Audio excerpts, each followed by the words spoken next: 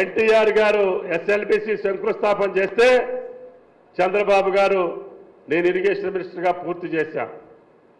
అట్లాగే ఎస్ఆర్బిసి చంద్రబాబు గారి టైంలో పూర్తయింది. తెలుగు గంగ ఆ రోజున ఎన్టీ రామారావు గారు ఇందిరాగాంధీ స్వహస్తాలతో శంకుస్థాపన చేపించారు.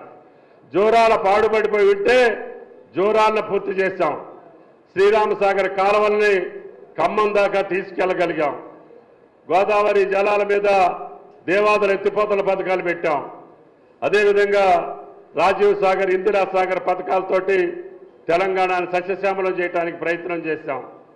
తెలంగాణలోనే కాదు ఉమ్మడి రాష్ట్రంలో ప్రతి ప్రాజెక్టుని చంద్రబాబు గారి హయాంలో పూర్తి చేస్తే ఇంకా కుంటినడక నడుస్తున్నాయి.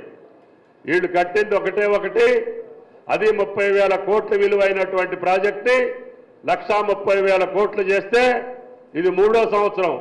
ఇంకా సంవత్సరం తిరగలా, కాలువలు లేవు, కందకాలు లేవు. కానీ అది ఇప్పుడే ఇట్లా కుంగిపోతుంది. మరి సాగర్ కట్టినటువంటి కాంగ్రెస్ పార్టీ, శ్రీరామ్ సాగర్ కట్టినటువంటి కాంగ్రెస్ పార్టీ, శ్రీశైలం కట్టినటువంటి కాంగ్రెస్ పార్టీ ఏమీ చేయలేదు. మేమే కట్టినాం. కాళేశ్వరం అది ఒక బ్యారేజీ, 6 టీఎంసీల కంటే ఎక్కువ ఉండవు. దాని గురించి దేశాన్ని మాయ చేసి మంత్రం చేసి అన్ని రంగాలని ఇప్పుడు అవినీతికి నిలయం అయిపోయినాయి.